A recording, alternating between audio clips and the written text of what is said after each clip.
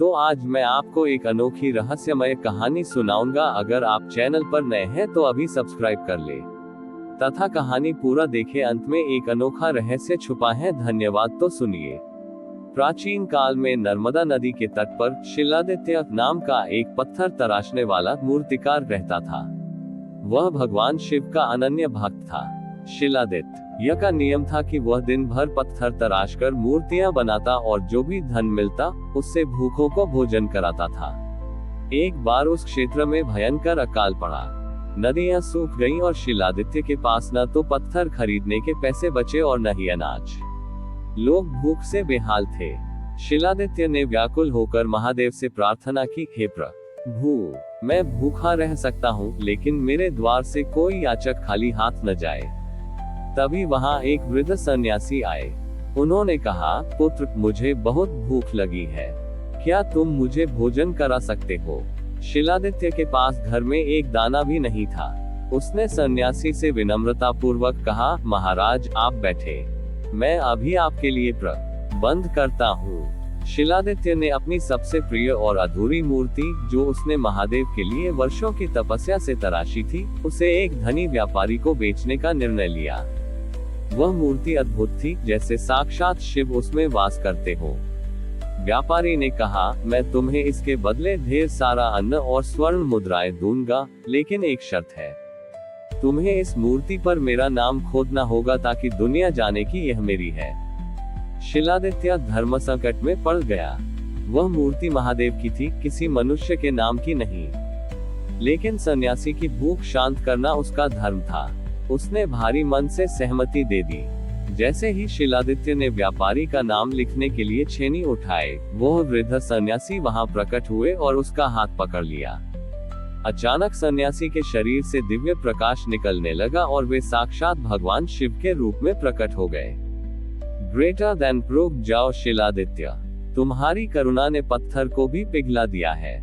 Greater than, Mahadev ने मुस्कुराते हुए कहा, तुमने अपनी सबसे प्रिय वस्तु और अपनी कीर्ति दोनों को एक भूखे की सेवा के लिए त्यागने का साहस किया। जो परोपकार के लिए अपना अहंकार और प्रिय वस्तु त्याग देता है, वही मेरा सच्चा भक्त है। शिव जी के स्पर्श से वह पत्थर की मूर्ति सोने में बदल गई और पूरे क्षेत्र में मूसलाधार वर्षा हुई। अकाल समाप्त हो गया। महादेव ने उसे वरदान दिया कि वह मूर्ति करुणाश्वर महादेव के नाम से जानी जाएगी और जो भी वहां निस्वार्थ भाव से दूसरों की सेवा करेगा, उसे शिव की विशेष कृपा प्राप्त होगी। महादेव के अंतर ध्यान होने के बाद शिलादित्य के पास अब अपार धन और वह स्वर्ण मूर्ति थी। जैसा कि शिव जी ने कहा था, वह स्थान करुणाश्वर के नाम से प्रसिद्ध हो गया। दूर दूर से लोग उस सोने की मूर्ति के दर्शन करने आने लगे। वही धनी व्यापारी, जिसने मूर्ति पर अपना नाम लिखवाने की शर्त रखी थी, वह अब ईर्ष्या और ग्लानि से भर गया। उसे लगा कि यदि उसने वह शर्त न रखी होती तो शायद महादेव उसे भी दर्शन देते। वह आधी रात को मंदिर में घुसा और स्वर्ण मूर्ति को छूने का प्रयास किया, इस सोच के साथ कि शायद उसे भी कुछ चमत्कार दिखाई दे। लेकिन जैसे ही उसने मूर्ति को छुआ, वह सोना वापस साधारण पत्थर में बदल गया। व्यापारी घबरा गया। उसे लगा कि उसने अनर्थ कर दिया है।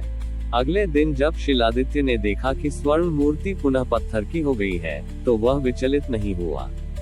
उसने शांति से कहा, प्रभु की इच्छा, सोना हो या पत्थर, मेरे महादेव तो भाव के भूखे हैं। व्यापारी रोते हुए शिलादित्य के चरणों में गिर पड़ा और अपनी गलती स्वीकार की। शिलादित्य ने उसे गले लगाया और कहा, ग्रेटर देन मित्र, महादेव सोने में नहीं, उस त्याग में बसते हैं जो तुमने करने से मना कर दिया था। धन का अहंकार ईश्वर और भक्त के बीच सबसे बड़ी दीवार है। ग्रेटर देन, शिलादित्य ने निर्णय लिया कि वह अब कोई नई मूर्ति नहीं बनाएगा, बल्कि वह लोगों को भीतर की मूर्ति तराशना सिखाएगा।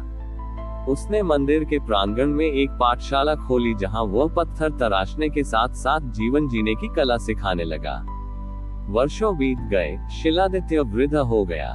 एक शाम जब वह नर्मदा के तट पर संध्या आरती कर रहा था, तब उसने देखा कि नदी की लहरों पर वही पत्थर की मूर्ति तैर रही है। जैसे ही उसने मूर्ति को जल से निकाला, वह न तो सोने की थी और न ही पत्थर की, वह प्रकाश की बनी हुई थी। आकाशवाणी हुई। शिलादित्य, तुमने न केवल पत्थरों को आकार दिया बल्कि अनगिनत सोए हुए प्राणों को जगाया है। अब तुम्हारे विश्राम का समय है। कहते हैं कि उस दिन शिलादित्य ने नर्मदा की गोद में जल समाधि ले ली और वह प्रकाशमयी मूर्ति सदा के लिए अदृश्य हो गई। आज भी मान्यता है कि नर्मदा के तट पर जो भक्त निस्वार्थ भाव से किसी की सेवा करता है, उसे कंकड़ पत्थरों में भी करुणाश्वर महादेव के दर्शन होते हैं। उपसंहार, ये कहानी हमें सिखाती है कि भौतिक चमत्कार जैसे सोने की मूर्ति अस्थायी है, लेकिन जो परिवर्तन हम दूसरों के जीवन और अपने चरित्र में लाते हैं, वही शाश्वत है। हमारी और भी आध्यात्मिक एवं अनोखी कहानियां देखने के लिए हमारे चैनल पर जाएं तथा धार्मिक एवं पौराणिक अनोखी कहानियां हमारे चैनल पर है। कृपया जाके देखें तथा हमारे चैनल को सब्सक्राइब करके रखें और वीडियो लाइक जरूर करें। धन्यवाद।